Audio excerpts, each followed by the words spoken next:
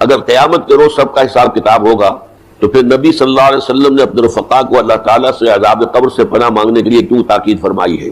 کیا یہ عذاب حساب کتاب سے پہلے ہی شروع ہو جائے گا؟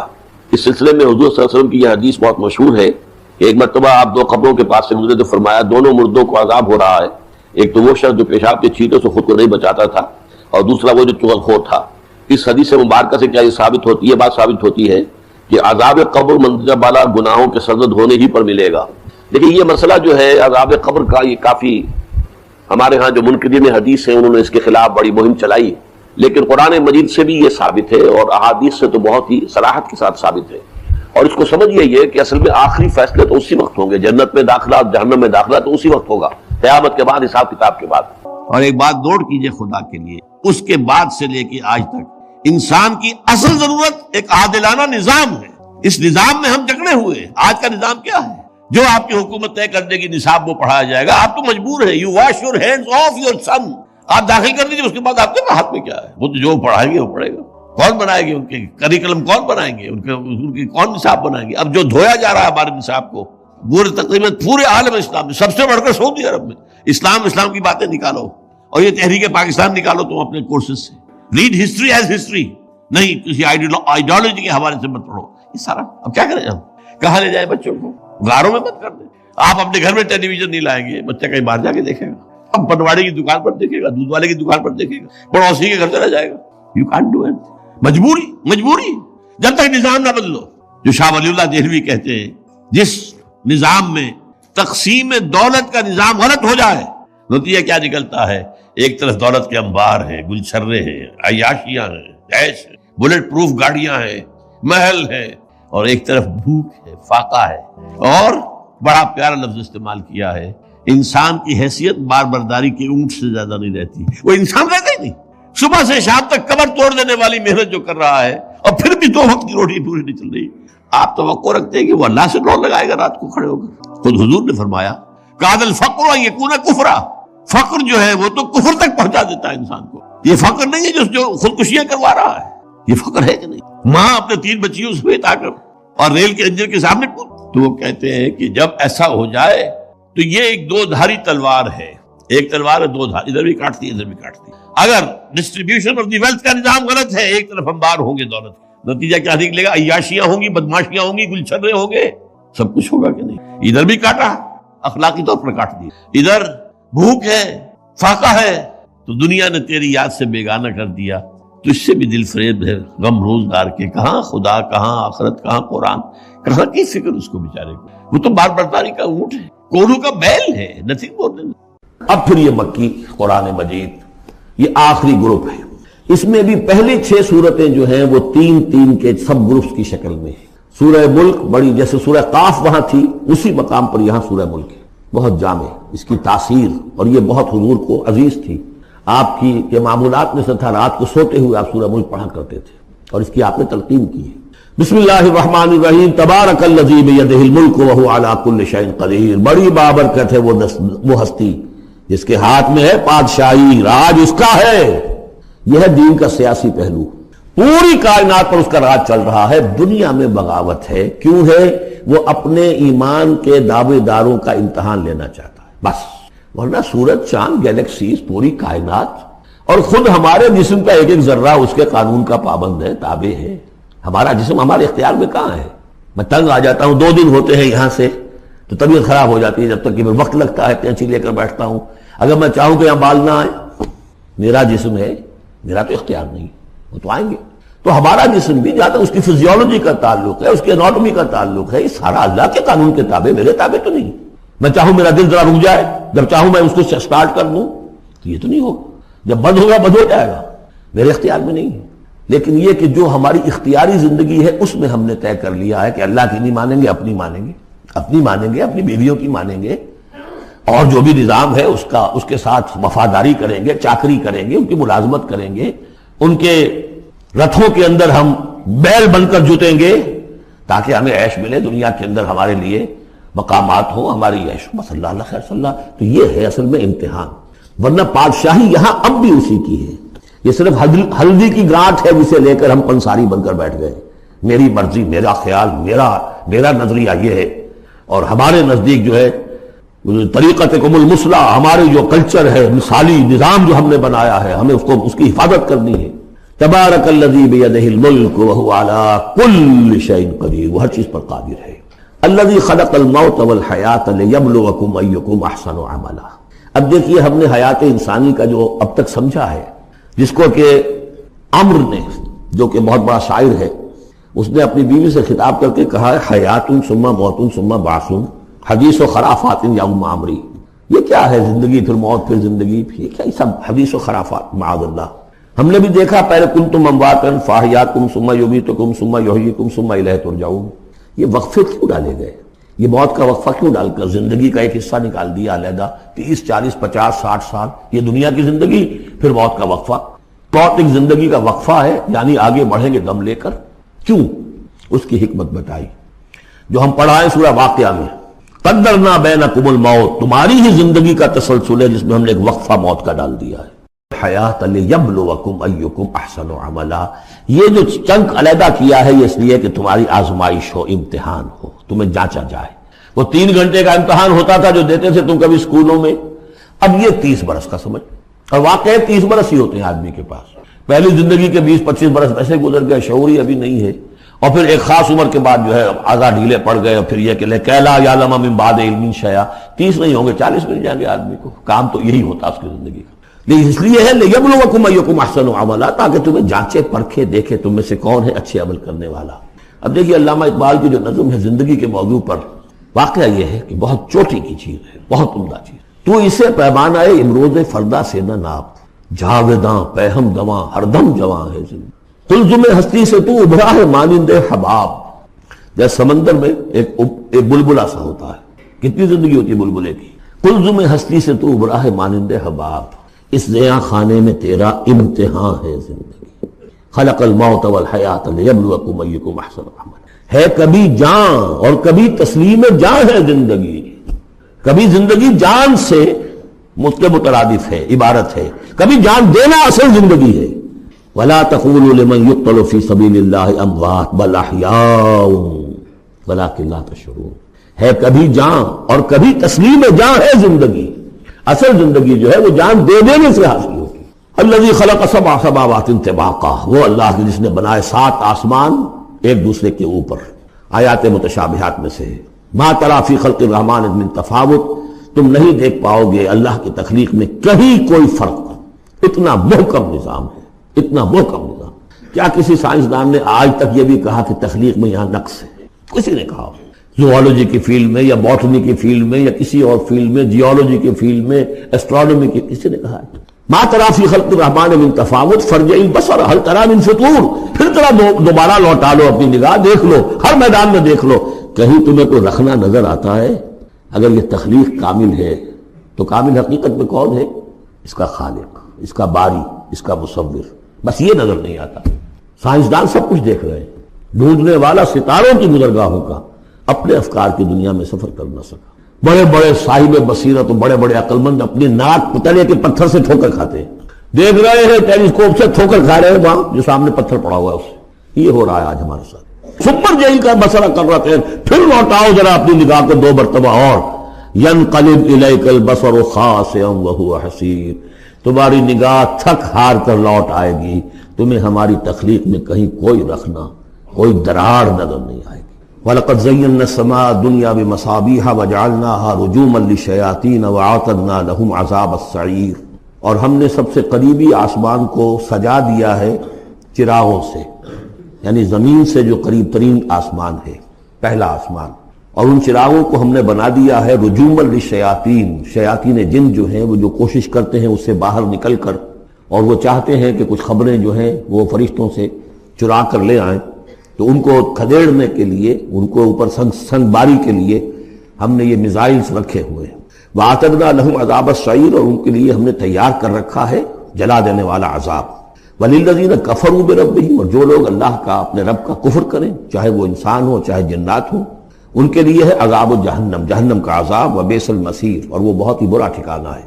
اذا القوا فیہا سمعوا لہا شہیقا وہی تفور، جب وہ اس میں جھونکے جائیں گے تو سنیں گے کہ وہ دھاڑ رہی ہوگی، اچھل کود رہی ہوگی، اس کا جوش و خروش ہوگا۔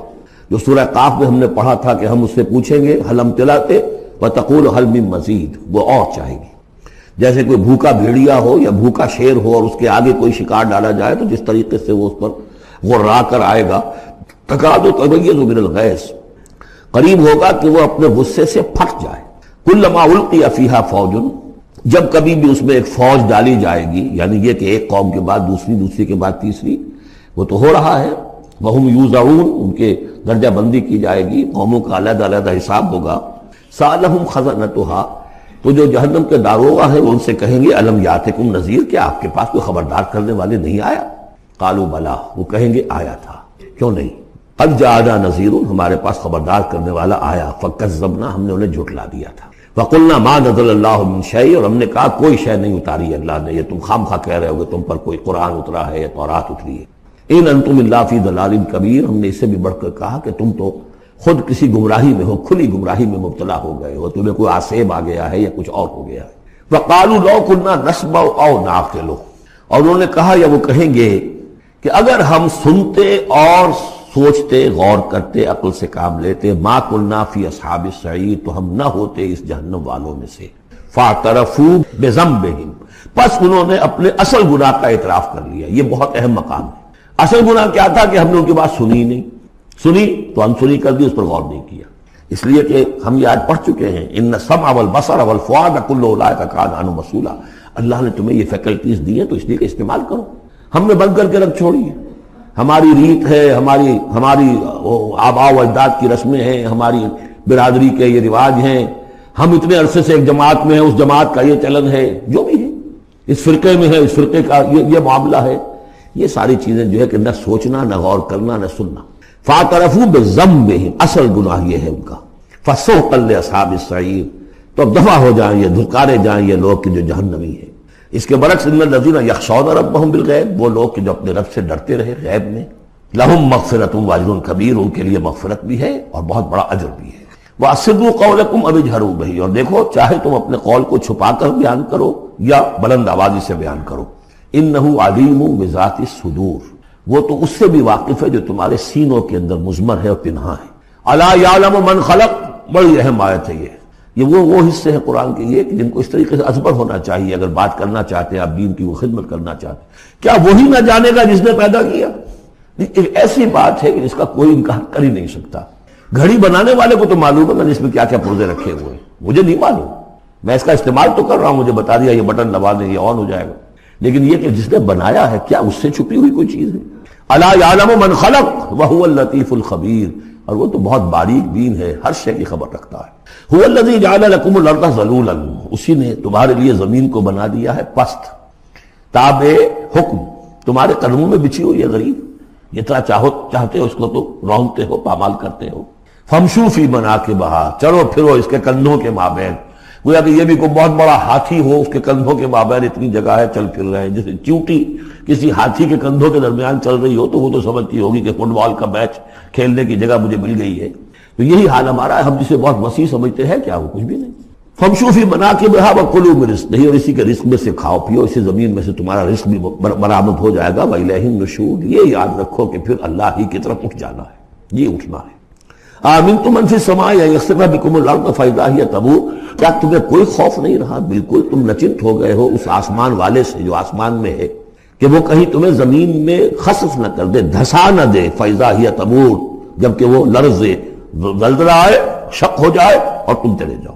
ام امنتم من فی السماء ان یرسل علیکم حاصبا، کیا تمہیں کوئی ڈر نہیں رہا کہ اللہ تعالیٰ جو ہے وہ آسمان والا تم پر بھیج دے کوئی ایسا جھکڑ تیز آندھی جس میں پتھر چلے آ رہے جو بلٹس کا کام کرے اور میزائلز کا کام کرے. فَسَتَعْلَمُونَ كَيْفَ النَّذِيرُ، پھر تمہیں معلوم ہو جائے گا کہ میرا خبردار کرنا کیسا تھا، کیا اس کا نتیجہ تھا. وَلَقَدْ كَذَّبَ الَّذِينَ مِن قَبْلِهِمْ، اور یقیناً جو ان سے پہلے تھے انہوں نے بھی جھٹلایا تھا. فَكَيْفَ كَانَ النَّكِيرُ، تو کیسا ہوا میرا ان کو پکڑنا اور میرا عذاب. أَوَلَمْ يَرَوْا إِلَى الطَّيْرِ فَوْقَهُمْ، کیا یہ دیکھتے نہیں پرندوں کو جو ان کے اوپر ہیں. صَافَّاتٍ وَيَقْبِضْنَ، کبھی انہوں نے اپنے پر پھیلائے ہوتے ہیں، کبھی ان کو سکیڑ لیتے. مَا يُمْسِكُهُنَّ إِلَّا الرَّحْمَنُ، نہیں روکے ہوئے انہیں اس فضا کے اندر مگر رحمان. انہ بکل شیء بصیر، یقیناً وہ ہر چیز کو دیکھ رہا ہے. یعنی جو قانون طبیعی ہے جس کے تحت وہ چل رہا ہے وہ تو اللہ کا بنایا ہوا ہے. امن ھذا الذی ھو جند لکم ینصرکم من دون الرحمن، بھلا وہ کون ہے جو تمہارا لشکر بن جائے اور تمہاری مدد کرے رحمان کے مقابلے میں؟ ان الکافرون الا فی غرور، نہیں ہے یہ کافر مگر دھوکے میں آ گئے، بہکاوے میں آ گئے۔ امن ھذا الذی یرزقکم من امسک رزقا، پھر بھلا کون ہے وہ جو تمہیں رزق دے سکے اگر اللہ اپنے رزق کے خزانوں کو روک لے؟ بل لجوا فی عتو و نفور، نہیں، یہ لوگ اپنی شرارت میں اور نفرت میں بہت آگے بڑھ گئے۔ افمن یمشی مکبا، یہ آیت بہت اہم ہے حکمت قرآن کے اعتبار سے، فلسفے کے اعتبار سے۔ افمن یمشی مکبا علی وجہہ اہدی امن یمشی سویا علی صراط مستقیم، دو انسانوں کا تصور کرو، ایک شخص وہ ہے کہ جو اوندھے منہ پیٹ کے بل گھسٹ رہا ہے، ایک وہ جو سیدھا کھڑا ہے، سیدھے راستے پر چل رہا ہے۔ کون ہوگا زیادہ ہدایت پر؟ اس میں نقشہ کھینچ دیا گیا ہے۔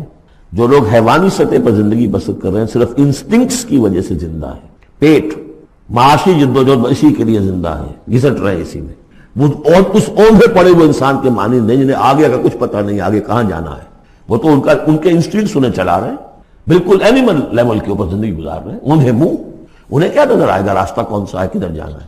ایک شخص کھڑا ہے سیدھا، اپنی منزل اس نے معین کر لی ہے۔ یہ بالکل وہی فلسفہ ہے جو سورہ حج میں آ چکا ہے۔ انسان حقیقت میں وہی انسان ہے جس نے اپنا کوئی آدرش، کوئی نصب العین، کوئی مقصد، کوئی آئیڈیل زندگی میں بغیر کسی نصب العین کی زندگی گزار رہا ہے۔ ہی از این اینیمل، اولئک کالانعام بل ہم اضل، حیوانات جو ہیں یہ چوپائے، ان کی زندگی کا کوئی مقصد نہیں ہے، وہ تو اللہ نے ہمارے کام کے لیے پیدا کر دی، آپ لوگ کاٹوں گوشت کھائیں اور ان کی چڑوں سے جوتیاں بنائیں اور جی رہے وہ خالص انسٹنکٹس کے اوپر، ان کی جبلتیں ہیں، صرف جبلت کے تحت ہیں۔ انسان صرف حیوان نہیں ہے، اس میں کچھ اور ہے، اور اس کے لیے کوئی آئیڈیل۔ ضعف الطالب والمطلوب، جتنا اونچا آئیڈیل ہوگا اتنا ہی اونچا انسان جائے گا، لیکن جس کا کوئی سرے سے آئیڈیل نہیں وہ نرا حیوان ہے۔ آخر چوپائے بھی تو اسی طرح چلتے ہیں نا۔ افمن یمشی مکبا علی وجہہ اہدی امن یمشی سویا علی صراط مستقیم، سیدھا راستہ اور اس کی منزل معین ہے، مجھے ادھر جانا ہے۔ دنیا میں ہماری منزل اقامت دین، حقیقت میں زندگی کی منزل آخرت، رضائے الہی کا حصول۔ قل هو الذی انشأکم وجعل لکم السمع والابصار والافئدہ، کہہ دیجئے وہی ہے جس نے تمہیں انشاء، اٹھانا، تمہیں بنایا، بڑھایا، وجعل لکم السمع والابصار والافئدہ، تمہیں کان دیے، آنکھیں دی اور دل دیے یا عقل دی۔ عام طور پر قرآن میں سمع پہلے کیوں آتا ہے اور بصار بعد میں کیوں آتا ہے؟ انسانی علم کا جب آپ جائزہ لیں گے تو اس میں پہلا حصہ ہوتا ہے جو پہلی نسلوں نے علم حاصل کیا ہوا ہے اس کو آپ اخذ کرتے ہیں اپنی سماعت سے، آپ سنتے ہیں، کلاس میں لیکچر ہو رہا ہے، پروفیسر لیکچر دے رہا ہے، جو کچھ ہوا ہے پہلے وہ آپ نے پچھلی نسلوں کا جو بھی ذخیرہ معلومات ہے وہ جمع کیا، اب آپ نے آبزرو کیا، کچھ اور معلومات حاصل کی، کچھ نئی حقیقتیں آپ پر منکشف ہوئیں اور پھر آپ نے اس کو جوڑا، ایک قدم آگے گئے۔ ان السمع والبصر والفؤاد کل اولئک کان عنہ مسئولا قلیلا ما تشکرون، بہت کم ہی شکر ہے جو تم کرتے ہو۔ قل هو الذی ذرأکم فی الارض والیہ تحشرون، کہہ دیجئے اسی نے تمہیں پھیلا دیا ہے زمین میں اور اسی کی طرف تم اکٹھے کر دیے جاؤ گے، جمع کر دیے جاؤ گے۔ وَيَقُولُونَ مَتَىٰ هَٰذَا الْوَعْدُ إِن كُنتُمْ صَادِقِينَ، وہ کہتے ہیں کب ہوگا یہ وعدہ، کب پورا ہوگا، اگر تم سچے ہو تو بتاؤ۔ قُلْ إِنَّمَا الْعِلْمُ عِندَ اللَّهِ، کہہ دیجئے کہ اس کا علم اللہ کے پاس ہے، آخرت کب آئے گی؟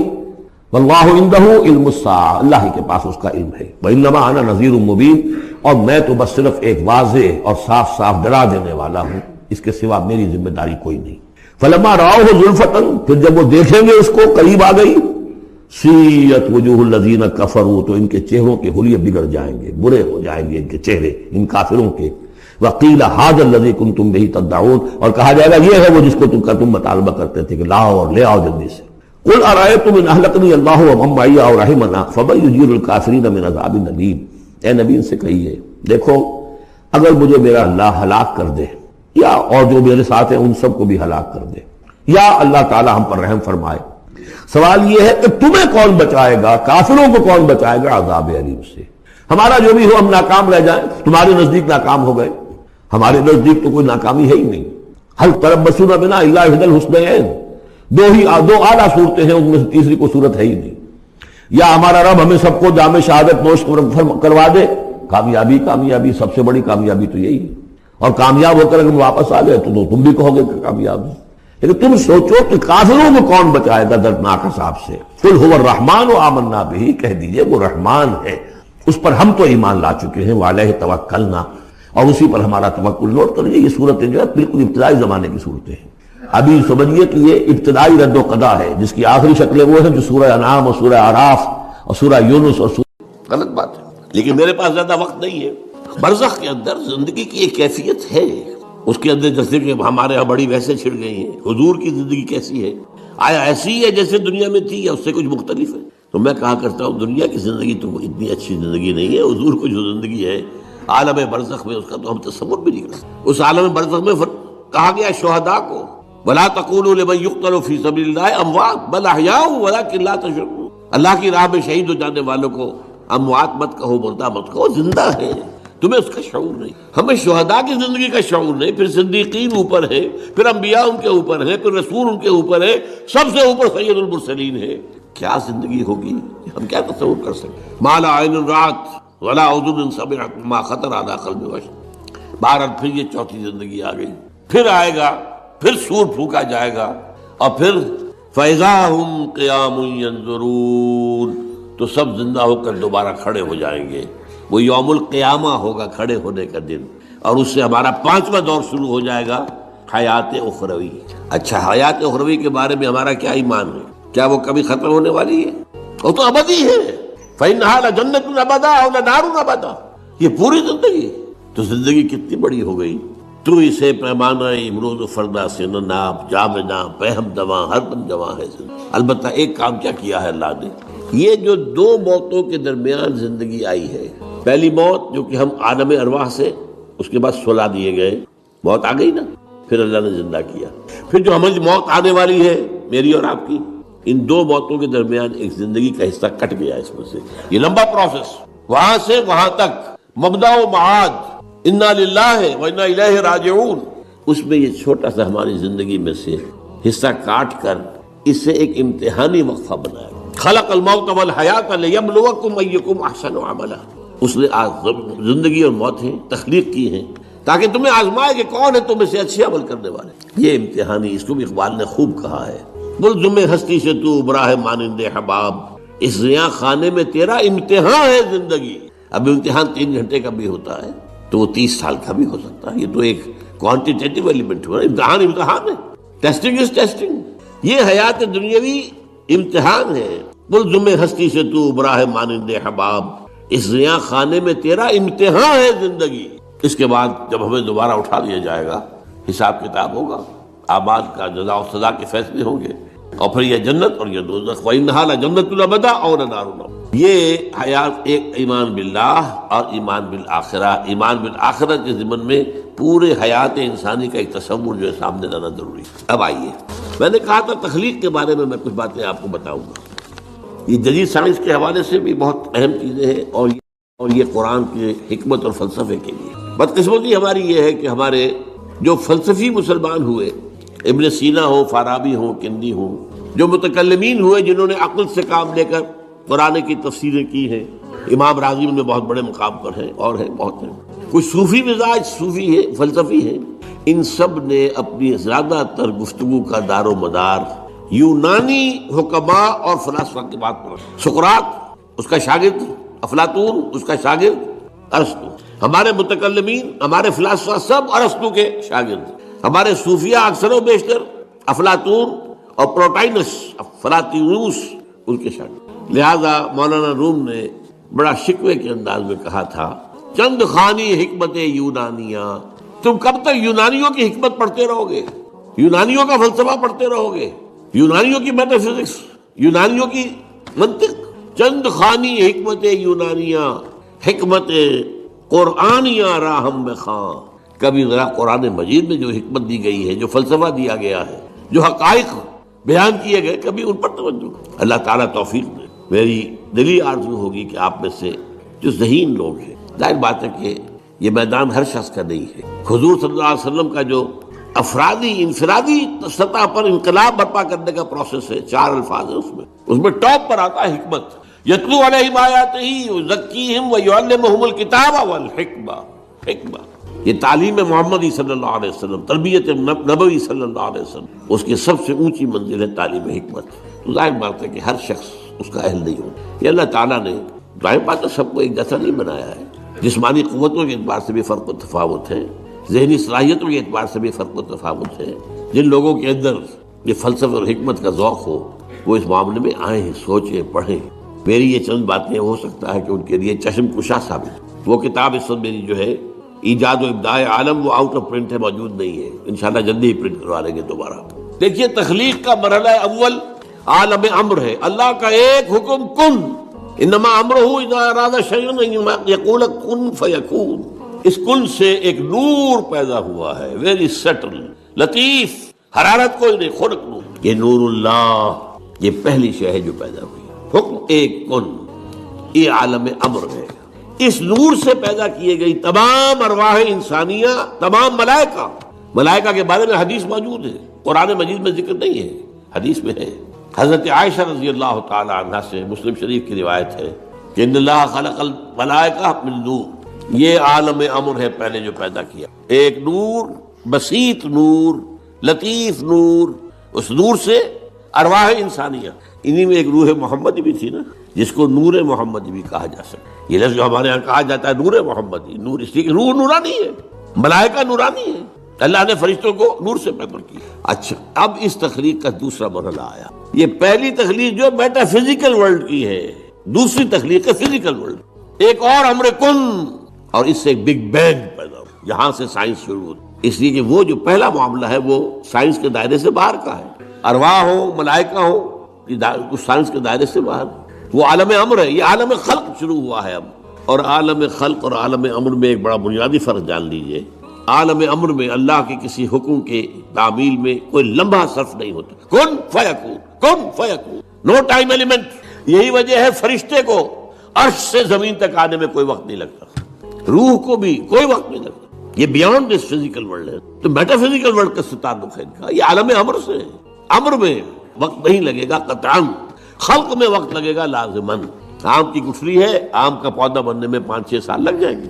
رحم مادر میں حمل ٹھہر گیا ہے، بچے کے پورے بننے میں 9 مہینے لگیں گے. ٹائم لگے گا. اٹس خلق. قرآن کہتا ہے ہم نے آسمان زمین 6 دن میں پیدا کیے. ٹائم لگا کہ نہیں لگا؟ تو یہ امر ہے وہ پہلا، جس میں کہ کیا ہے 3 چیزیں ہیں. اللہ کا نور جو بہت لطیف ہے، وہ خزانہ ہے، اسی سے بنی ارواح انسان کی، اس سے بنے فرشتے. اور چوتھی چیز نوٹ کیجئے، وہی بھی عالم امر سے متعلق ہے، اس لیے کہ وہ ایک کمیونیکیشن ہے بٹوین روح انسانی یا روح نبوی اور الروح القدس. جبرائیل کون ہے؟ فرشتہ. روح محمدی، یہ بھی نوری، وہ بھی نوری. یہ ان دونوں کا کمیونیکیشن ہے وہی. لہذا اس کا تعلق بھی عالم خلق سے نہیں ہے، عالم امر سے. بہت پیارا شعر کہیں کہا ہے، کس کیفیت میں کہا ہے میں نہیں سمجھ سکتا. نغمہ وہی ہے نغمہ کہ جس کو روح سنے اور روح سنائے. روح محمدی نے سنا ہے، اس کان سے نہیں سنا حضور نے. یہ نوٹ کر دیجئے، کبھی پڑھیے حقیقت وہی نامی کتاب مولانا سعید احمد اکبر آبادی کی. وہی کی حقیقت کیا ہے؟ وہی براہ راست قلب پر جاتی، اس کان کے واسطے سے نہیں جاتی. یہ کان عالم خلق کا ہے، قلب عالم امر کی شے، روح کا مسکن ہے. وہاں روح ہے، روح محمدی ہے. فَإِنَّهُ نَزَّلَهُ عَلَىٰ قَلْبِكَ، اس کو اے نبی اتارا ہے اس فرشتے نے آپ کے. ماضی کیا تھا، ہم کہاں کھڑے، اب کہاں جانا، اس پر میری ایک سوچ ہے، میرا فکر. پھر یہ کہ ہماری اخروی نجات کا دار و مدار، تاریخ کے بہاؤ کو نہ میں روک سکتا ہوں نہ آپ روک. وہ تو ڈان بہتا رہے گا اور اس کو فیصلہ کرنے والا صرف کسی فرد بشر کے اختیار میں نہیں ہے. وہ تاریخ کے بہاؤ کو، ہاں محمد رسول اللہ نے، لیکن یہ ہے کہ ہم اس تاریخ کے بہاؤ میں تنکوں کی طرح بہہ، یا یہ کہ ہمیں کچھ کرنا. اس اعتبار سے میں اپنے فکر کا خلاصہ آج آپ کے سنگا، وہ میرا اس سلسلہ اجتماعات کے اعتبار سے الوداعی. تو اب میں آغاز کر رہا ہوں. پہلی بات، اس سبب میں 3 باتیں. سب سے پہلی بات یہ کہ زندگی کی سب سے بڑی حقیقت موت ہے. ہم بھلائے رکھتے ہیں اپنے ذہن سے اسے دور، لیکن واقعہ یہ ہے کہ زندگی کی سب سے بڑی حقیقت موت ہے. خدا کے منکر پیدا ہوئے ہیں لیکن موت کا انکار کرنے والا تو کوئی. اس لیے میں نے آیت آپ کو سنائی، کل نفس ذائقۃ، ہر سی نفس کو موت کا مزہ چاہے، ہر جاندار کو. ثم الینا ترجعون، پھر ہماری طرف لوٹا دیے جاؤ. تو زندگی کی سب سے اہم حقیقت موت، اور موت کے بعد رجوع الی اللہ، آخرت. یہ سب سے بڑی حقیقت. ایک حقیقت سب مانتے ہیں، سب جانتے ہیں، دوسری حقیقت کی میں نے اس اعتبار سے نوٹ کیا، یہ الفاظ قرآن میں 3 مرتبہ، کل نفس ذائقۃ، ہر جاندار کو موت کا. انبیاء اس سے مستثنا نہیں رہے، رسول اس سے نہیں رہے، اولیاء اللہ وقتی طور پر استثناء حضرت عیسیٰ کا حلنا ہے، لیکن عیسیٰ یاتی علیہ الموت، عیسیٰ پر بھی موت آئے گی، جب دوبارہ آئیں گے پر موت، نماز جنازہ پڑھی جائے گی، دفن کیا جائے گا ان کے پہلو، شادی بھی کریں گے، اولاد بھی۔ باقی تو یہ ہے کہ کل نفس ذائقۃ الموت کا مزہ چکھنا ہے، عیسیٰ بھی بالآخر اس سے بلکہ قرآن میں ایک جگہ کہا گیا ہے افإن مت فهم الخالدون، کیا ہے نبی اگر آپ کا انتقال ہو گیا تو یہ کیا ہمیشہ رہیں گے؟ کون ہے دنیا میں جو انتقال تو ہونا، آپ کا بھی ہونا ہے، انک میت وانہم لمیتون۔ یہ تو مختصر ترین الفاظ تھے، اس سے آگے بڑھیے سورہ انبیاء میں فرمایا کل نفس ذائقۃ الموت ونبلوکم بالشر والخیر فتنہ وإلینا ترجعون، ہر جاندار کو موت کا مزہ چکھنا ہے اور اس سے پہلے پہلے ہم تمہیں آزماتے رہیں گے، خیر کے ذریعے بھی، بھلائی دے کر، صحت دے کر، دولت دے کر، اولاد دے، شہرت دے، اور برائی کے ذریعے بھی، تنگ دستی دے کر، بے عزتی دے کر، اہانت، ذلت دے، وإلینا ترجعون، اور پھر ہماری طرف لوٹائے جاؤ گے۔ یہ وہ دوسری حقیقت جو میں نے کہا کہ جس پر پردہ بہت بڑا پڑا، لوگ یہی سمجھتے ہیں کہ یہ دنیا کی قرآن کہتا ہے ان الدار الآخرۃ لہی الحیوان لو کانوا یعلمون، تو آخرت پر یہ زندگی ہے جو کاش کے، اس سے بھی زیادہ تفصیل سے یہ آل عمران میں آئی ہے کل نفس ذائقۃ الموت وانما توفون اجورکم یوم القیامہ، ہر جاندار کو موت کا مزہ چکھنا ہے اور پھر تمہیں پورا تمہارا اجر اور بدلہ دے دیا جائے گا قیامت کے دن۔ فمن زحزح عن النار وادخل الجنۃ فقد فاز، جو کوئی آگ سے بچا لیا گیا اور جنت میں داخل کر دیا گیا وہ تو کامیاب۔ اللہم ربنا اجعلنا منہم، اللہم ربنا اجعلنا منہم، اللہم ربنا اجعلنا، وما الحیاۃ الدنیا الا متاع الغرور، اور دنیا کی زندگی تو سوائے دھوکے کے سامان کے، دھوکہ کس معنی میں؟ یہ تمہیں اصل زندگی سے غافل کر دیتی ہے۔ تم کہیں سفر پر جا رہے تھے، تمہارا کہیں گھر تھا، تمہیں واپس نہ تھا، تم راستے ہی میں کسی دلچسپی میں ایسے مگن ہوئے کہ گھر بار سب بھول گئے، تو تمہارا عارضی سے سفر تھا، تم نے اسی کو اپنی منزل بنا لیا، اپنا ٹھکانہ بنا لیا، تو دھوکہ دیا اس نے۔ ویسے دنیا کی زندگی دھوکہ نہیں ہے، بڑی اس لیے کہ فرمایا انما الدنیا مزرعۃ الآخرہ، یہ دنیا آخرت کی کھیتی ہے، یہاں بوؤ گے تو وہاں کاٹو گے، یہاں کچھ کمائی کرو گے تو وہاں اس کا بدلہ۔ اس اعتبار سے دنیا بہت بڑی حقیقت ہے، ایک ایک لمحہ بہت بڑی قیمتی شے ہے، لیکن اگر یہ دنیا تمہیں آخرت سے غافل سے بڑا دھوکے، یہ اصل دجال ہے۔ میں نے تقریباً 60 برس کی عمر کو پہنچا تھا تو موت کا میرے قریب باپ کو میں کہتا، یہ بھی کہتا رہا کہ بھائی میں اپنے حصے کا جتنی صلاحیت اللہ نے دی، میرے اندر استعداد تھی، دم واپسی برسر راہ ہے، یہ میرا معاملہ رہا ہے۔ 60 برس کے بعد اللہ نے مزید 14 برس، یہ نافلۃ لک کے درجے میں اللہ کا عطیہ نفل ہے، ہمیشہ کہتا رہا۔ مسنون زندگی تو 61 برس ہے۔ علامہ اقبال کے بارے میں سنا ہے کہ رویا کرتی میری عمر حضور کی سے زیادہ نہ، وہ 6 مہینے کم ہی رہی ہے حضور، جو حضور کی عمر تھی وہی حضرت ابو بکر، ہاں حضرت عثمان 82، پھر یہاں کے مجددین میں سے وہی عمر حضرت شیخ احمد سرہندی کی، وہی شاہ ولی اللہ دہلوی، ہاں شیخ عبدالحق محدث دہلوی رحمۃ اللہ علیہ 82۔ لیکن یہ میں کہا کرتا تھا مسنون عمر تو 61 برس ہے، جسے ہم 63 کہتے ہیں، وہ اصل میں ہمارے حساب سے 61 برس، وہ 63 قمری ہے جو 9 دن کم ہے، قمری سال جو ہے۔ بہرحال میں اس وقت سے منتظر تھا، لیکن جو بھی وقت اللہ نے دیا ہے ہمیں خاص طور پر کہ اللہ کا مجھ پر سب سے بڑا احسان، اور مجھے پر نہیں، بہت بڑے پیمانے پر لوگوں کو احسان ہوا۔ وہ میرا 1998 کا دور ہے قرآن، 1998 کے مارچ میں میرا بڑا آپریشن، لیکن 98 کے آخر میں، حالانکہ میں چل نہیں سکتا، کراچی میں مسجد جو ہے تو خاص ریمپ بنایا گیا، ویل چیئر پر۔ اس درس کی گزشتہ چند سالوں سے دنیا میں جو گونج ہوئی اللہ کے کوئی حکمت خداوندی اس کے ساتھ، اس میں میرے کسی کام کو دخل نہیں، کسی کوشش کو دخل، میں نے تو جو درس میں دیتا آ رہا تھا 85 دورہ ترجمہ قرآن، البتہ یہ کہ یہ بات ضرور ہے کہ سن 98 کے دورہ ترجمہ خصوصی انشراح حاصل، میری ساری گفتگو کا حاصل۔ دیکھیے نظریاتی تحریکوں کا تعلق اشخاص سے، ٹھیک ہے، کوئی اس کا داعی ہوتا ہے، کوئی اس کا مؤثر، اس کا آغاز کرے، لیکن نظریاتی افراد سے وابستہ پکارنا یعنی اپنے والد کا نام لے کر پکارنا، یہ بے ادبی ہے۔ ابا جی کہیں، ابو کہیں، جو مرضی کوئی لفظ استعمال کریں، مگر وہ محبت کا اظہار والا لفظ ہو۔ اور اگر انسان اپنے والدین کے دلوں کو دکھ دے تو شریعت نے کہا کہ ثلاثۃ لا ينظر اللہ الیہم یوم القیامہ، 3 بندے ایسے ہیں کہ اللہ قیامت کے دن ان کی طرف دیکھیں گے بھی نہیں۔ اب ذرا اس گناہ کی گریوٹی کا اندازہ لگا لیں کہ ایسا گناہ جس کی وجہ سے اللہ تعالیٰ نگاہ اٹھا کر بھی نہیں دیکھیں گے بندے کو۔ 3 بندے وہ کون سے ہیں؟ العاق لوالدیہ، ماں باپ کا نافرمان، والمرأۃ المترجلہ، اور وہ عورت جو مردوں کی طرح بننا پسند کرے. کئی لڑکیاں ہوتی ہیں نا مردوں کی طرح جین کے لباس پہننے، بالوں کو کٹوانا، بے محابہ پھرنا، اور اس کو وہ سمجھتی ہیں کہ ہم بڑی ماڈ اسکاٹ بن گئی ہیں، اور یہ نہیں سمجھتی کہ ہم نے اگر ایسا کیا تو اللہ رب العزت قیامت کے دن ہماری شکل دیکھنا بھی گوارا نہیں کریں گے. والدیوس، اور تیسرا فرمایا کہ جو بے غیرت انسان ہوتا ہے. ماں باپ کے ساتھ اگر انسان برا سلوک کرے تو یہ وہ گناہ ہے کہ جس کا بدلہ دنیا میں ہی انسان کو مل جاتا ہے.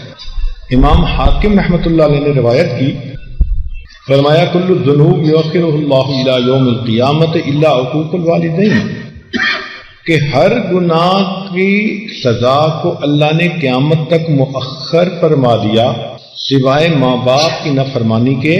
فإن اللہ یجعلہ لصاحبہ فی الحیات الدنیا قبل الممات، کہ یہ ایسا گناہ ہے کہ اللہ تعالیٰ دنیا میں موت سے پہلے بندے کو اس کی سزا دے دیتے ہیں. اللہ اکبر کبیرہ. چنانچہ ہمارے ایک ڈاکٹر دوست تھے، وہ کہنے لگے کہ ایک دیہاتی نوجوان ہاسپٹل میں داخل ہوا، میری ڈیوٹی تھی، دیکھنے میں وہ بڑا صحت مند اور ہیلدی نظر آتا تھا، لیکن اس کو کوئی ایسی بیماری تھی کہ جس کی وجہ سے اس کا گلا گھٹتا تھا اور اس کو سانس لینا مشکل، تکلیف ہوتی تھی. تو جب اس پر وہ بیماری کا اٹیک ہوتا تو وہ بچوں کی طرح رونے لگتا، چیخنے لگتا. اس کی تکلیف دیکھ کر مجھے بھی بہت صدمہ ہوا، میری آنکھوں میں آنسو آ گئے. تو اس نوجوان کا والد قریب تھا، کہنے لگا ڈاکٹر صاحب اپنا کیا اس کے سامنے آ رہا ہے. تو میں نے اس کے والد سے پوچھا کہ کیا ہوا؟ کہنے لگا اس نے پسند کی شادی کی اور بیوی اس کو ماں باپ سے لے کے دور چلی گئی، اور جب کبھی ہم کہتے تھے یا ماں کہتی تھی کہ بیٹا آیا کرو، مل جایا کرو، تو یہ غصے میں ماں کو کہتا تھا کہ خبردار کوئی بات کی میں تمہارا گلا دبا دوں گا. جو الفاظ یہ ماں کو بولتا تھا اللہ نے موت سے پہلے اس کو اپنی آنکھوں سے خود دکھائی. ہاں، ایک ایسی صورت ہے جس میں ماں باپ اپنے حقوق کو خود ہی ضائع کر بیٹھتے ہیں. وہ یہ ہے کہ اگر اپنی اولاد کو شریعت کے خلاف کوئی بات کہیں تو شریعت نے کہا لا طاعت لمخلوق فی معصیت الخالق، اللہ کی نافرمانی میں مخلوق کی کوئی اطاعت نہیں. لہذا اگر ماں باپ فسق و فجور کی زندگی گزار رہے ہیں تو شریعت نے کہا کہ تم ان کے ساتھ سلوک تو اچھا رکھو، مگر ان کی ایسی بات کو مت مانو جو شریعت کے خلاف. وَصَاحِبْهُمَا فِي الدُّنْيَا مَعْرُوفًا، حتیٰ کہ وہ کافر اور مشرک بھی ہوں تو دنیا میں ان کے ساتھ تم اچھا سلوک کرو. تو اگر ماں باپ دیندار ہوں، نیک ہوں، پھر تو نور علی نور. یہاں ایک نقطہ سا دل میں آتا ہے کہ آج احساس ہوا ماں باپ کا کیا مقام ہے. چنانچہ جن کے ماں باپ تو زندہ ہیں وہ ان کو منا لیں گے، پچھلے قصوروں کی معافی مانگ لیں گے اور آئندہ ماں باپ کی فرما برداری کریں گے اور اچھا سلوک کریں گے. لیکن بہت سارے تو ایسے ہیں کہ جن کے ماں باپ فوت ہو چکے، تو وفات کے بعد اب کیا کریں؟ شریعت نے 10 کام بتائے ہیں کہ اگر کوئی نوجوان بیٹا یا بیٹی اپنی زندگی میں ماں باپ کی خدمت نہ کر سکے، یہ گولڈن اپرچونٹی ضائع کر بیٹھے. ایسا کئی مرتبہ دیکھا گیا کہ بچہ چھوٹا ہوتا ہے، ماں باپ اس کی خدمت کرتے ہیں، اور جب وہ کسی قابل ہوتا ہے تو ماں باپ ہی دنیا سے چلے جاتے ہیں، بچے کو موقع ہی نہیں ملتا. عمر بھر تیری محبت. ماں کے بارے میں شاعر نے یہ شعر لکھا کہ عمر بھر تیری محبت میری جلوہ گر رہی، میں تیری خدمت کے قابل جب ہوا تو چل بسی. کہ اے ماں، ساری عمر تو تیری محبت ہی میری زندگی کے اندر میری ہدایت کے لیے کام کرتی رہی، اور جب میں تیری خدمت کے قابل ہوا تو تو ہی اللہ کو پیاری ہو گئی. تو شریعت کا حسن و جمال دیکھیں کہ شریعت نے اس کی کمپنسیشن کا بھی طریقہ بتا دیا. کیا خوبصورت دین اللہ نے ہمیں عطا کیا ہے. چنانچہ وفات ہو چکی ہو تو پہلا کام والدین کی وصیتوں کو پورا کرنا. حدیث پاک میں ایک صحابی نبی الاسلام کی خدمت میں حاضر ہوئے، اے اللہ کے پیارے حبیب صلی اللہ علیہ وسلم، میرے والد نے مجھے کہا تھا کہ تم میری طرف سے غلام آزاد کرنا. اب میرے پاس غلام تو نہیں، ایک باندی ہے اور بہت ہی ان پڑھ اور جاہل ہے. تو نبی علیہ السلام نے فرمایا اس باندی کو لاؤ. چنانچہ اس باندی کو لایا گیا. ان پڑھ تھی. نبی علیہ السلام نے اس سے پوچھا کہ بتاؤ اللہ کہاں ہے؟ اس باندی نے آسمان کی طرف انگلی کر دی. نبی علیہ السلام نے فرمایا بتاؤ میں کون ہوں؟ اس نے کہا اللہ کے رسول. نبی علیہ السلام نے مسکرا کر فرمایا کہ یہ تمہاری باندی مسلمان ہے، اس کو آزاد کرو گے تمہارے والد کی وصیت پوری ہو جائے گی. دوسرا حق والدین کا یہ ہوتا ہے کہ اولاد والدین کے مرنے کے بعد ان کا قرض ادا کرے. اگر اولاد ادا کرے گی تو اللہ کے ہاں بہت اجر پائے گی. تیسرا والدین کے لیے استغفار کرنا، دعا کرنا. دعا بلندی درجات کی کرنا اور استغفار ان کی غلطیوں کوتاہیوں کی معافی کے لیے کرنا. چنانچہ امام احمد بن حنبل رحمۃ اللہ علیہ نے یہ حدیث نقل فرمائی ہے کہ نبی علیہ السلام نے ارشاد فرمایا ان اللہ عز وجل یرفع الدرجۃ للعبد الصالح فی الجنۃ، کہ اللہ تعالی ایک نیک بندے کے جنت میں درجے کو بلند کرتا ہے. تو فیقول یا رب، وہ بندہ اللہ سے پوچھتا ہے انا لی ھذہ، یہ آپ نے میرے درجات کو بلند کیوں کر دیا، میری ترقی کیسے ہو گئی؟ فیقول، اللہ فرمائیں گے باستغفار ولدک لک، کہ تیرے بیٹے نے تیرے لیے استغفار کیا، اس کے بدلے ہم نے جنت میں آپ کے درجات کو بلند فرما دیا. چوتھا نقطہ کہ والدین کے جو دوست زندہ ہیں یا قریبی رشتہ دار زندہ ہیں جن سے کہ والدین محبت کا تعلق رکھتے تھے، اب ان کے ساتھ محبت کا تعلق رکھنا. مثلا والدہ فوت ہو گئی تو خالہ کو ماں کا درجہ دینا، باپ کے دوستوں کو دوست سمجھنا اور ان کے ساتھ اچھا سلوک کرنا، یہ بھی ان والدین کے حقوق کی کمپنسیشن کہلاتی ہے. پانچواں نقطہ والدین کی طرف سے صدقہ و خیرات کرنا. صدقہ و خیرات کا یہ مطلب نہیں ہوتا کہ ہر بندے نے لاکھوں خرچ کرنے ہوتے ہیں، نہیں. حدیث پاک میں تو یہاں تک کہا گیا کہ ایک بندہ اگر اللہ کے راستے میں بوسیدہ سی کھجور بھی دیتا ہے اللہ اس پر بھی اس کو اجر دیتے ہیں، پرانی کھجور. تو اپنے بچوں کو یہ تعلیم دینی چاہیے، وہ جمعہ کے دن معمولی پیسے سے ہی مگر مسجد میں دیں اور والدین کی نیت سے دیں کہ اس کا اجر ان کو پہنچے. رمضان مبارک کے مہینے میں فقراء کو صدقہ کریں، والدین کی نیت کریں. تو وقتاً فوقتاً صدقہ و خیرات کرتے رہیں، مقدار کو مت دیکھیں. اخلاص کے ساتھ اگر آپ دیں گی تو اللہ تعالیٰ آپ کے صدقے کو اس طرح پالیں گے جس طرح لوگ اپنے جانوروں کو پالتے ہیں. چھٹا نقطہ، اگر اللہ تعالیٰ بندے کو استطاعت دیں، والدین فوت ہو چکے تو ان کی طرف سے حج اور عمرے کی کثرت کرنا. نبی علیہ السلام نے فرمایا ایک صحابی کو کہ تم اپنے باپ کی طرف سے حج کرو واعتمر اور ان کی طرف سے عمرے کرو. ساتواں نقطہ کہ مرحوم والدین کی خوشی کے لیے اعمال صالحہ میں جلدی کرنا. یہ عجیب بات ہے کہ انسان نیک کام تو کرتا ہی ہے، لیکن چونکہ نیک کام کا ثواب ماں باپ کو ملتا ہے تو ماں باپ کو عالم برزخ میں انتظار رہتی ہے کہ ہمارے بچوں کی طرف سے ہمیں تحفہ کب ملے گا، لہذا نیکی میں جلدی کرنی چاہیے. حضرت شیخ الحدیث رحمۃ اللہ علیہ نے ایک عجیب واقعہ لکھا ہے کہ ایک اللہ والے قبرستان کے قریب سے گزرے تو انہوں نے ان قبرستان کے موتا کے لیے کچھ پڑھ کر ایصال ثواب کر دیا.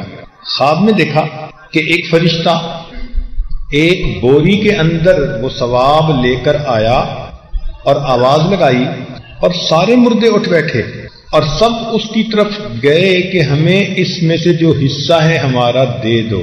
تو سب کو اس میں سے حصہ مل رہا تھا. ایک مردے کو دیکھا وہ آرام سے پیچھے بیٹھا ہے تو انہوں نے خواب میں پوچھا کہ بھائی آپ اپنا حصہ لینے کے لیے کوشش نہیں کر رہے؟ اس نے کہا مجھے جو میرا حصہ ہے وہ مل جائے گا اور میں اطمینان سے اس لیے بیٹھا ہوں کہ میرا ایک بیٹا ہے جو قرآن پاک کا حافظ ہے، وہ قرآن مجید پڑھتا رہتا ہے اور اس کا اتنا مجھے بدلہ ملتا رہتا ہے کہ اب میں اطمینان سے بیٹھا ہوں تسلی سے. خواب ختم ہو گیا. کچھ عرصے بعد دوبارہ قبرستان کے قریب سے گزرے، پھر ایصال ثواب کیا. ہاں خواب میں انہوں نے اپنے اس کے والد سے پوچھا کہ تمہارا بیٹا کہاں ہے؟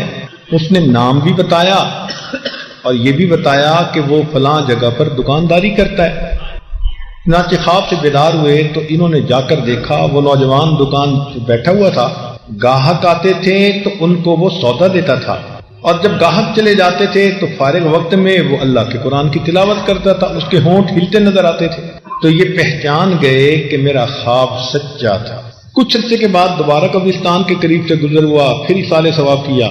اب کی مرتبہ خواب میں دیکھا کہ فرشتہ اجر لایا تو جس طرح باقی مردے جو تھے اٹھ کر اس ثواب کو لینے کے لیے دوڑے، یہ بندہ بھی اس مرتبہ ثواب لینے کے لیے دوڑنے لگا۔ انہوں نے اس سے پوچھا بھئی اب کیوں دوڑ رہے ہو؟ اس مردے نے کہا کہ میرا وہ بیٹا فوت ہو گیا، اب اس کا اجر آنا بند ہو گیا۔ جو عام مومنین دعا کرتے ہیں میں بھی اسی اجر کو دیکھ کے خوش رہتا۔ تو والدین کے لیے نیک کام جلدی کرنا یہ والدین کی خوشی کا، روح کی خوشی کا سبب بنتا ہے۔ 8واں حق کہ ماں باپ نے اگر کوئی قسم اٹھائی ہوئی ہو تو ان کی قسموں کو پورا کر دینا۔ 9واں حق والدین کی طرف سے نفلی روزہ رکھنا، قرآن مجید کی تلاوت کرنا۔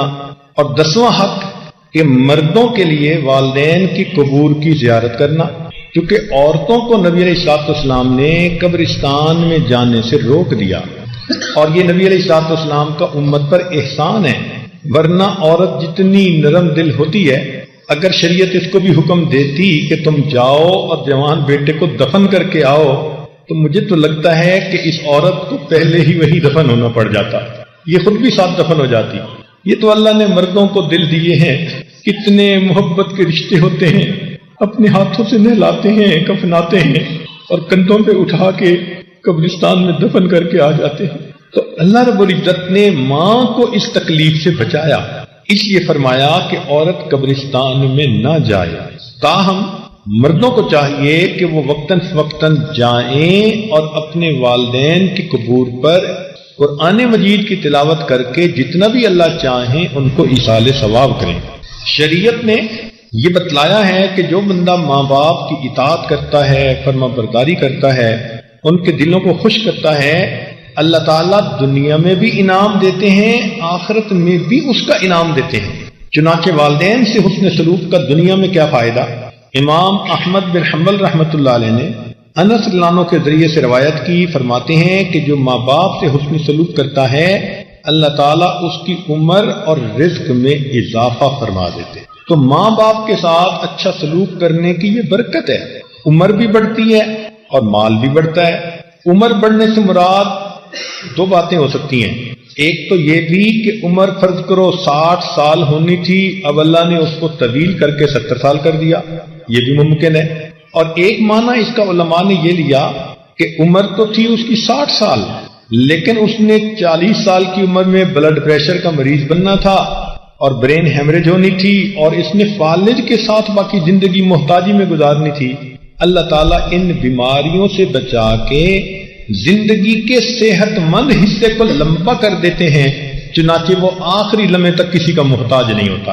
یہ بھی عمر میں برکت ہے کہ افیکٹو حصہ عمر کا بڑھا دیا جاتا ہے۔ اور ایک فائدہ یہ کہ ماں باپ کا دل خوش کرنے سے انسان کے دنیا کے گناہوں کا کفارہ ہو جاتا ہے۔ چنانچہ امام ترمذی رحمۃ اللہ علیہ نے ابن عمر عنہ سے روایت کی کہ ایک آدمی نبی علیہ السلام کے پاس آیا، اے اللہ کے نبی صلی اللہ علیہ وسلم مجھ سے بڑا گناہ ہو گیا۔ تو نبی علیہ السلام نے فرمایا تمہاری والدہ زندہ ہے؟ جی اللہ کے نبی والدہ زندہ ہے۔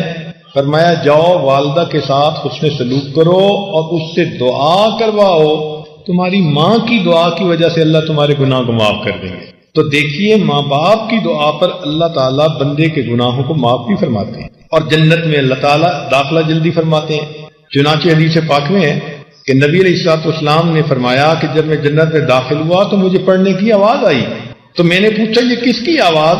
تو بتایا گیا کہ یہ وہ نوجوان ہے جو آپ کے ساتھ ساتھ جنت میں داخل ہوا۔ میں نے پوچھا کون؟ کہنے لگے حارثہ بن نعمان۔ میں نے فرشتے سے پوچھا اس کا کیا عمل تھا؟ اس نے کہا کہ یہ اپنی ماں کا بہت فرما بردار تھا۔ تو دیکھیے جو ماں باپ کا فرما بردار ہوگا وہ جنت میں نبی علیہ السلام کے ساتھ داخل کیا جائے گا۔ یہ تو دنیا اور آخرت میں اس کے فائدے ہوئے۔ اب شریعت نے تو درجہ ماں باپ کا یہاں تک کہا کہ فرض کفایہ میں ماں باپ کو فوقیت دو۔ ایک طرف فرض کفایہ ہے اور دوسری طرف ماں باپ ہیں، تو ماں باپ کو تم فوقیت دو، ان کی بات کو مانو۔ چنانچہ توجہ سے بات سنیے کہ جہاد میں جانے پر ماں باپ کی خدمت کو فوقیت۔ حاکم نے جہاں رضی اللہ عنہ سے روایت کی، انہوں نے کہا اللہ کے نبی صلی اللہ علیہ وسلم میں جہاد میں جانا چاہتا ہوں مگر والدین نے اجازت نہیں دی۔ نبی علیہ السلام نے فرمایا جاؤ تم اپنی والدہ کی خدمت کرو۔ گویا نبی علیہ السلام نے ان کو واپس ماں باپ کی خدمت کے لیے بھیج دیا۔ دوستوں اور بیوی سے بھی زیادہ ماں باپ کی بات کو فوقیت۔ امام ترمذی رحمۃ اللہ علیہ نے حضرت علی عنہ سے روایت کی اذا فعلت امتی 15 خصلۃ حل بها البلا، کہ جب میری امت میں 15 باتیں پیدا ہو جائیں گی تو اس کے اوپر عذاب آ جائے گا۔ ان 15 باتوں میں سے کیا؟ اطاع الرجل زوجته وعق امه، کہ بیوی کی اطاعت کرے گا، ماں کی نافرمانی کرے گا۔ وبر صدیقہ وجفا اباہ، دوست کے ساتھ نیکی کرے گا، باپ کے ساتھ بے وفائی کرے گا۔ تو اس حدیث پاک سے پتہ چلتا ہے کہ اللہ تعالیٰ نے بیوی بچوں اور دوستوں سے بھی زیادہ ماں باپ کا حق بنایا ہے۔ اب یہاں پر بعض عورتیں پریشان ہو جائیں گی کہ جی حضرت جی نے ایسی بات کر دی ہمارے تو خامد ہاتھ سے نکل جائیں گے۔ تو بھائی اگر ماں باپ بھی شریعت کے مطابق زندگی گزارتے ہیں اور آپ بھی شریعت کے ساتھ زندگی گزار رہی ہیں تو پریشان ہونے کی کیا بات ہے؟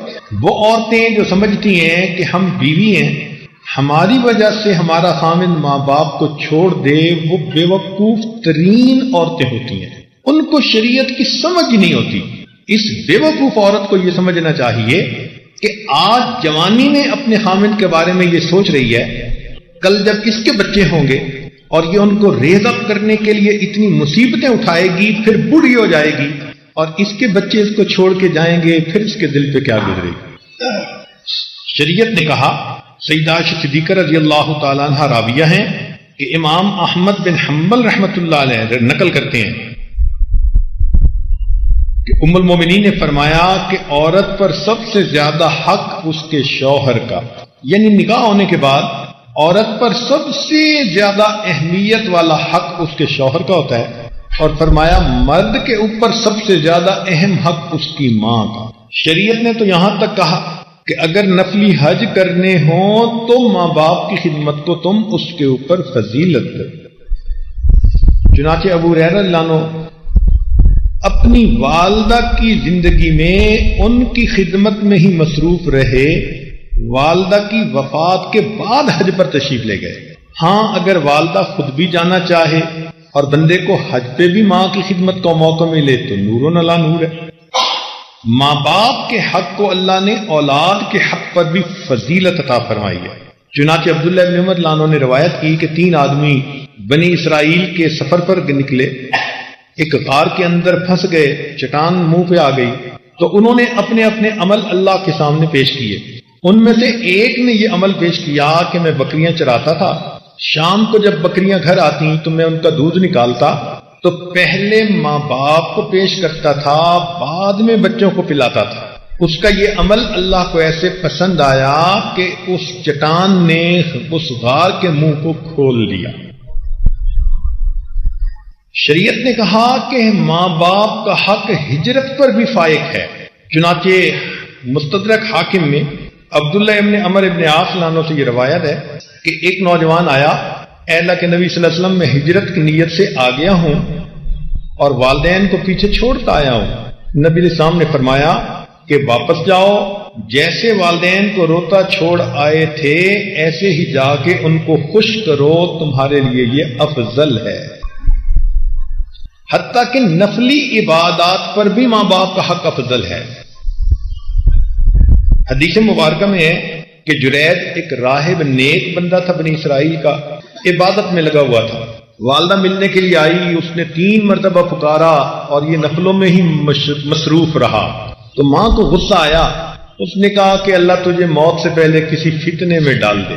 لو ماں کی بد دعا ایسی لگی کہ قریب میں کوئی عورت تھی، اس نے کسی چرواہے کے ساتھ بدکاری کی اور جس کے نتیجے میں اس کے ہاں بچہ پیدا ہوا، تو لوگوں نے اس عورت کو لان تان کی کہ تم نے کیا منہ کالا کیا؟ تو اس عورت نے اس جریج کا نام لے دیا کہ میرے ساتھ تو فلاں راہب نے بدکاری کی۔ لوگوں کو پتہ چلا تو وہ آئے، انہوں نے جریج کو بھی بہت مارا پیٹا اور انسلٹ کی، اور اس کے سوما کو جو عبادت کا کمرہ تھا اس کو بھی گرا دیا۔ جریج نے ان سے پوچھا کہ بھئی تم یہ سارا کام کس لیے کر رہے ہو، میں نے کیا خطا کی؟ انہوں نے کہا تو نے فلاں عورت کے ساتھ بدکاری کی، اس کے ہاں بچہ ہوا۔ تو جریج نے کہا کہ اچھا مجھے بچے کے پاس لے جاؤ۔ تو جب جریج کو بچے کے پاس لے گئے تو اس نے اس بچے سے پوچھا کہ بتا تیرا باپ کون ہے؟ نیک آدمی تھا، اللہ کی آخر مدد تھی۔ وہ بچہ بول پڑا، کہنے لگا کہ میرا باپ تو فلاں بکریوں کا چرواہا ہے۔ تو علماء نے لکھا کہ اگرچہ اتنا مقام تھا کہ اللہ نے اس کی خاطر بچے کو بلا دیا، لیکن اس نے ماں کا دل دکھایا تو فتنے میں وہ بھی پڑ گیا۔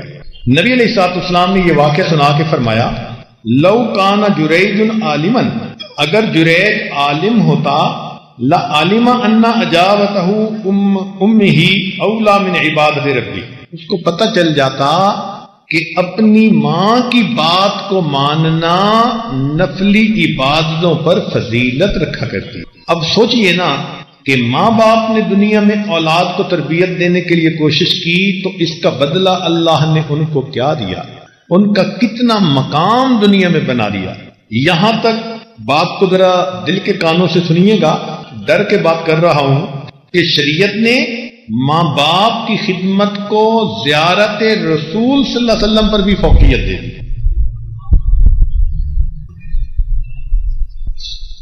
چنانچہ امام مسلم رحمۃ اللہ علیہ نے اسید بن جابر اللہ عنہ سے روایت کی کہ اویس کرنی رحمۃ اللہ علیہ کرن کے رہنے والے تھے، والدہ کی خدمت میں لگے ہوئے تھے، چاہتے تھے کہ نبی علیہ السلام کی زیارت کریں، ایمان لا چکے تھے مگر ماں کی خدمت ہی کرتے رہے، آ نہیں سکے۔ تو نبی علیہ الصلوۃ والسلام نے عمر لانو کو بلا کر فرمایا کہ یمن کے فلاں قبیلے میں ایک بندہ، اس کو 1 دینار کے برابر برس کا زخم باقی ہوگا، بیماری تھی مگر ختم ہو گئی، اللہ کے ہاں اس کا اتنا مقام۔ نبی علیہ السلام نے فرمایا کہ اگر وہ اللہ کے نام پر قسم کھا لے تو اللہ اس کی قسم کو پورا کر دے۔ اور نبی علیہ السلام نے صحابہ سے فرمایا کہ اگر تمہاری ملاقات ہو تو ممکن ہو سکے تو تم ان سے اپنے لیے استغفار کی دعا کروانا۔ اور ایک روایت میں ہے کہ نبی علیہ السلام نے اپنا جبہ ہدیہ کے طور پر دیا اور فرمایا عمر یہ جبہ ان کو دے کر ان سے کہنا کہ میری امت کی بخشش کی دعا کرے۔ اللہ اکبر کبیرہ۔ چنانچہ عمر لانو کی ملاقات ہوئی اویس کرنی رحمۃ اللہ علیہ سے، اور عمر لانو نے ان کو نبی علیہ السلام کا جبہ ہدیہ کے طور پر بھی دیا، اور ان کو کہا کہ آپ صلی اللہ علیہ وسلم کو نبی علیہ السلام نے یہ پیغام دیا کہ میری امت کی بخشش کی دعا کرے۔ اللہ نے ماں باپ کی خدمت کو کیا مقام اور کیا رتبہ عطا فرما دیا۔ تو جب بچے کو یہ سبق دیا جائے گا تو یقیناً بچہ پھر ماں باپ کی بات کو سنے گا اور اچھا انسان بننے کی کوشش کرے گا۔ اور اگر کسی کے ماں باپ ناراض ہوں تو سن لیجئے کہ دنیا میں سب سے آسان کام اپنی ماں کو منانا۔ کیوں کہ وہ ناراض بھی ہو جاتی ہے لیکن انتظار میں ہوتی ہے کہ میرا بیٹا آ کر مجھ سے سوری کر لے، میں معاف کر دوں گی۔ ہم نے دیکھا کہ اگر بچہ ماں کی ڈانٹ ڈپٹ کی وجہ سے گھر سے نکل جائے، ماں کو چین نہیں آتا، وضو کرتی ہے، مصلی پہ بیٹھ جاتی ہے، اللہ میرا بیٹا کسی برے بندے کے ہاتھ نہ لگ جائے، میرا بیٹا کوئی انتہائی قدم نہ اٹھا لے، اللہ میرے بیٹے کو سلامت واپس لے آنا۔ کھانے کا وقت ہو جاتا ہے، سارے گھر والے کھانا کھا لیتے ہیں، ماں سے پوچھتے ہیں تو وہ کہتی ہے مجھے بھوک